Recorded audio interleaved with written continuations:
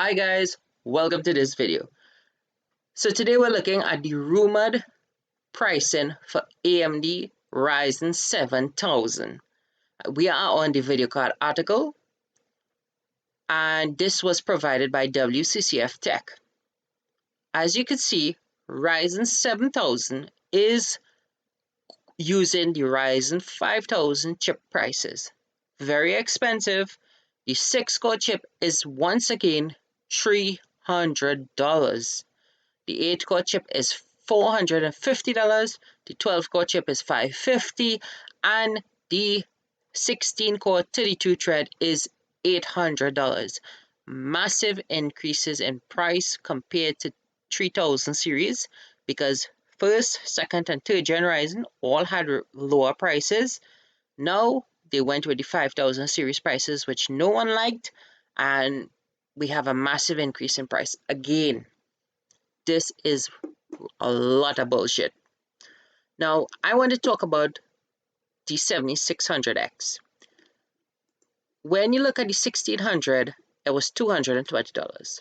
That was quickly discounted and it was a sub $200 chip for a large portion of its lifespan.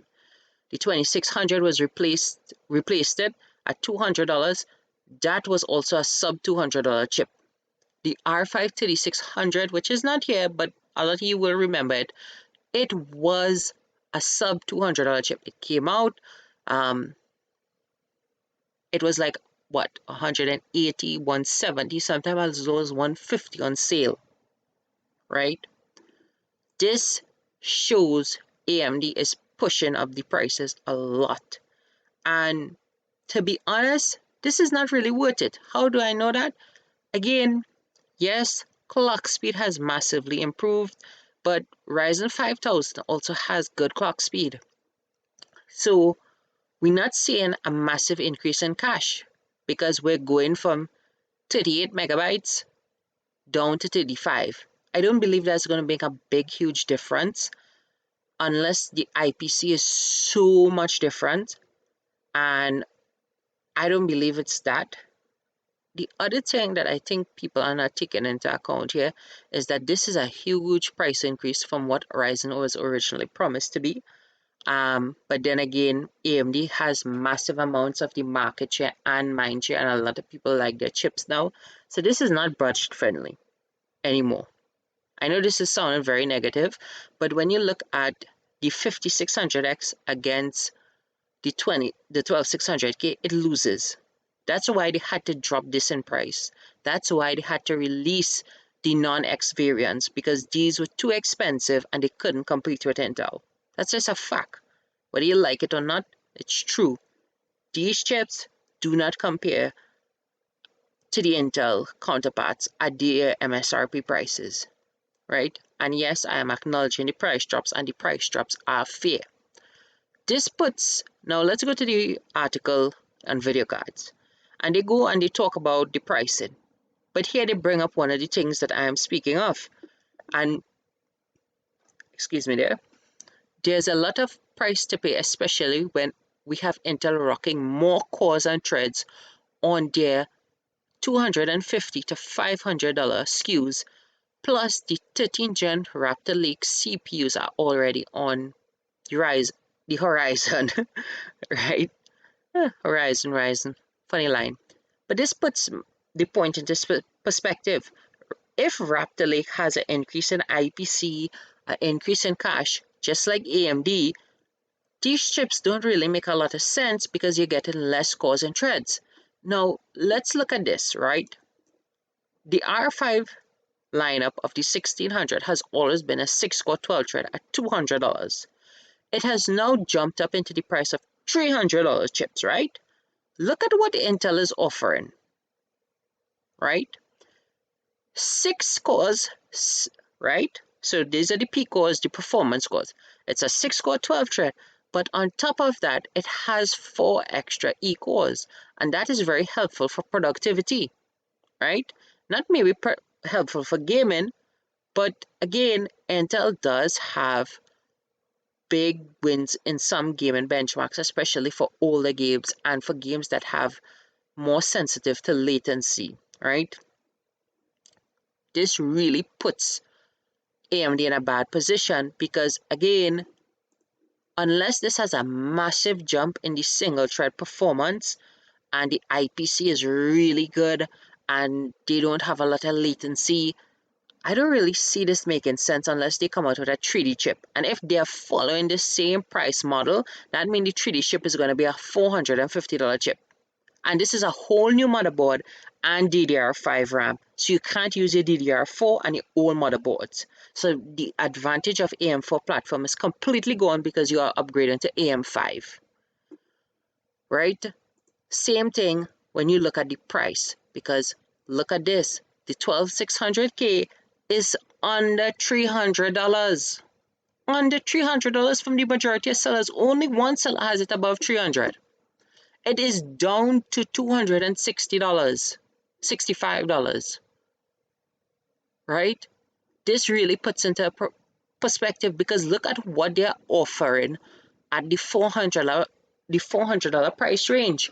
You are getting the same 8 cores, 16 threads, just like the 7700X, but you're getting your 4E cores. So you have more cores and more threads. You have high frequencies. Now, obviously, I would advise us to wait till Raptor Lake, but again, Ryzen completely loses the thread of being affordable, being aimed at the mainstream because you are aiming the lowest line, the 7600X, again at $300 with expensive motherboard, with pricier DDR5. You know, it really is a mixed bag, and it really just it it it, it doesn't feel good. Now, I personally am going to take this with a lot of salt, and the reason for that is it hasn't been confirmed by AMD. However, if AMD really goes with these prices, again, everything I said really sums up my feelings. I don't really think AMD is worth these massive increase in prices because you're going to have to be new motherboard, new RAM, new everything, which again is nice, but massive increase in price, and that's going to be something to see, especially if Raptor Lake is hitting the same price points as AMD with their E-cores and P-cores, because that means we're going to get better multi-core and multi-threading performance, which is helpful for productivity. And if the gaming performance is as usually in Intel's favor, what does AMD really have to offer? Because at that point, you have better productivity on Intel, maybe equal performance in gaming, or maybe slightly better because Intel does perform a little better in some older games, and I think maybe Call of Duty Warzone on some of the maps. But this really doesn't look good for AMD, for the budget consumer, for the person who is shopping in the $200 price point, unless, well, most likely when Raptor Lakes drop, then we'll see a 5600 and a, well, they're already saying the 7700X. So what is it going to be? The 7700? They're probably keeping the 800 series for the 7800X 3D, and that's probably going to be a fairly expensive chip if the prices are true. Anyway, those were my thoughts. I don't really like this huge price increase compared to 3rd-gen Ryzen because it's flowing through from the 5000 series, and people are going to say, well, 5000 was this price, 7000 should be the same. I don't believe so. I believe the market is very competitive, especially with Intel having a lot of cores and threads and good productivity now.